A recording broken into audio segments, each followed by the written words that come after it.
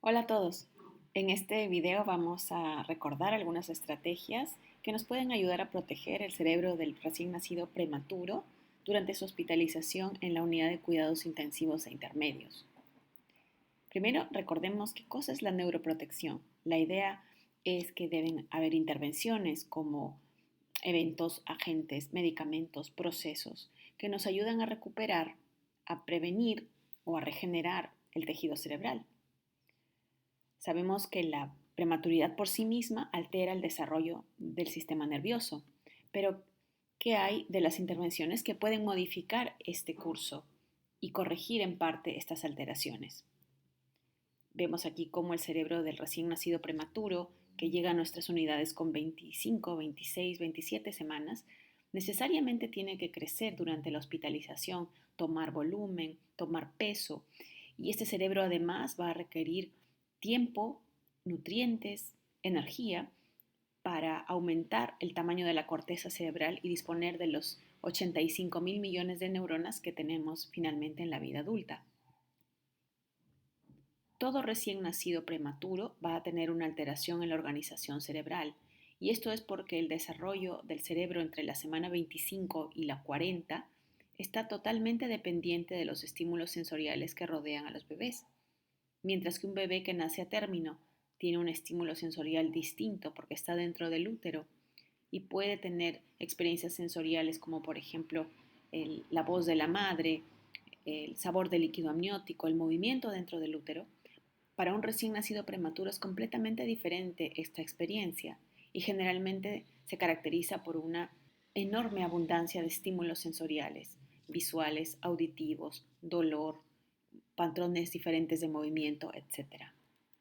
Existen condiciones que conocemos bien que pueden representar un mayor riesgo sobre el neurodesarrollo. Hablamos de la hemorragia intraventricular severa, que es la de grado 3 o la que está complicada con hidrocefalia poshemorrágica o con infarto cerebral.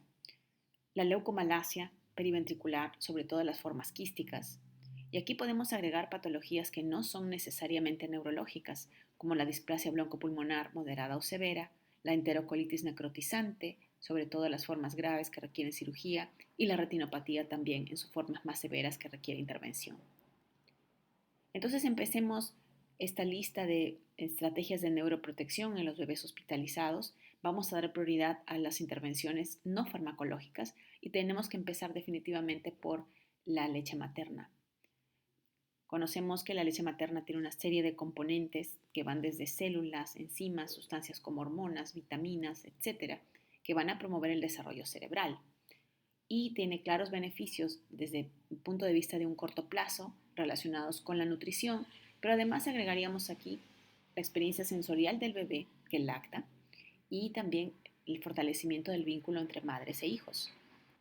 Algunos componentes específicos de la leche materna se reconoce pueden estimular el desarrollo cerebral, puesto que promueven la organización cerebral, favoreciendo la formación de las espinas dendríticas que permiten la conexión entre las neuronas y promoviendo también el depósito de la mielina en los axones, incrementando una sustancia que se llama proteína básica de mielina necesaria para este proceso. Los beneficios de la lactancia materna en niños no solo prematuros, sino también de término, han sido demostrados en diferentes estudios. Este es uno de los principales que nos muestra que el beneficio dura incluso en un largo plazo, puesto que aumentan los coeficientes intelectuales en un promedio de 2 a 3 puntos. En este otro trabajo, el estudio PROVIT, se siguieron niños hasta los 6 años y también se vio una asociación entre el consumo de lactancia materna y los coeficientes verbales y el vocabulario. Específicamente sobre el desarrollo cognitivo, los beneficios se pueden mostrar incluso hasta la adolescencia.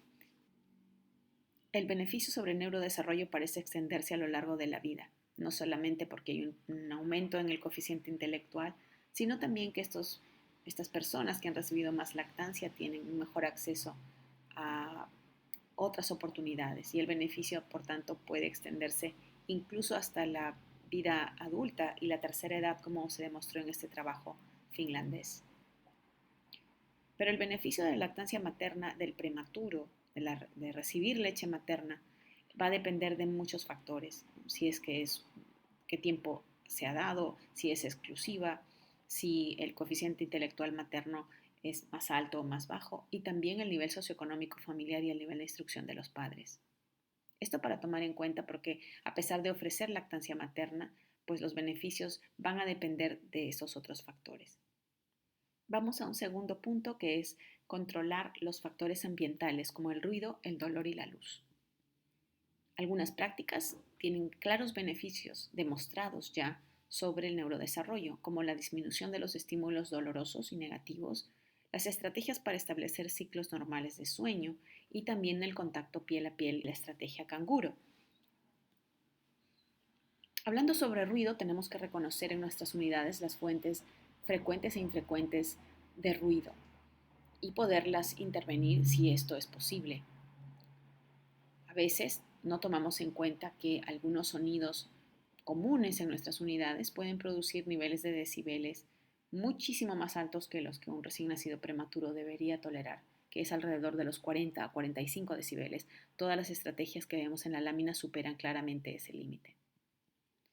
Y los efectos del ruido intenso incluyen incremento de la presión arterial, la cardíaca, disminución de la oximetría, apnea y, en el peor de los casos, pérdida auditiva, que puede potenciarse cuando, por ejemplo, se emplean sustancias ototóxicas como algunos antibióticos y diuréticos o en algunas otras condiciones como la infección congénita por citomegalovirus, que también suele ser frecuente en este grupo de pacientes.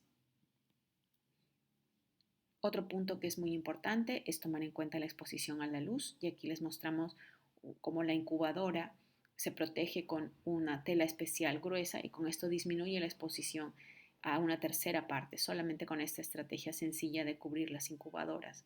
Lo recomendado es que los bebés no tengan una exposición mayor de 20 luxes. Con esto podemos tener bebés que duermen más, que se alimentan durante periodos más breves y que ganan mejor el peso. El ciclaje de la luz, además, nos da beneficios sobre el sueño, lo hace más continuo, con patrones respiratorios más constantes y con menores niveles de cortisol, que como recordemos es la hormona del estrés. Entonces los bebés prematuros de 28 semanas o menores no deberían exponerse a más de 20 luxes, pero los ambientes de las unidades podrían llegar durante el día a un nivel de 250 o 500 luxes, pero siempre teniendo muchísimo cuidado de que nunca la luz dé directamente sobre el bebé.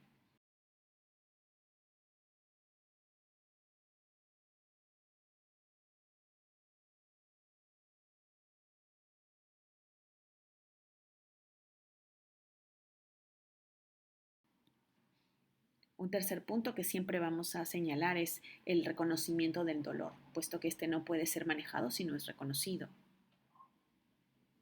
Los rostros de los bebés con dolor tienen algunas características que el personal que trabaja en una unidad de cuidado intensivo debe reconocer. El ceño fruncido, los ojitos muy cerrados, las narinas abiertas, la lengua tensa y la boca abierta con el hundimiento del mentón nos permiten reconocerlo. Pero debemos entrenarnos si esto todavía nos cuesta para poder manejar adecuadamente el dolor. Tenemos evidencias de cambios morfológicos en el cerebro del bebé que sufre dolor, sobre todo los que sufren dolor desde un punto de vista crónico o recurrente. Se asocia a cambios en el tálamo y también adelgazamiento de la corteza cerebral y alteraciones en el cerebelo.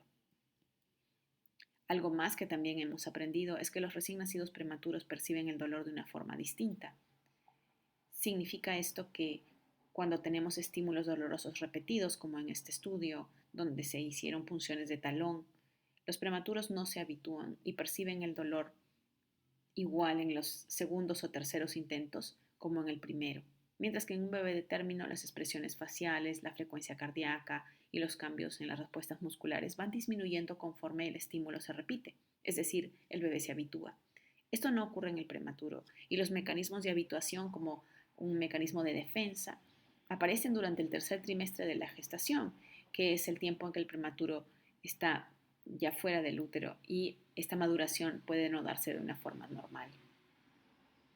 La frecuencia de procedimientos dolorosos también la conocemos, es muy común que estos bebés tengan entre 2 y 10 procedimientos por día y hasta 60 o 50 durante su estancia total en cuidado intensivo.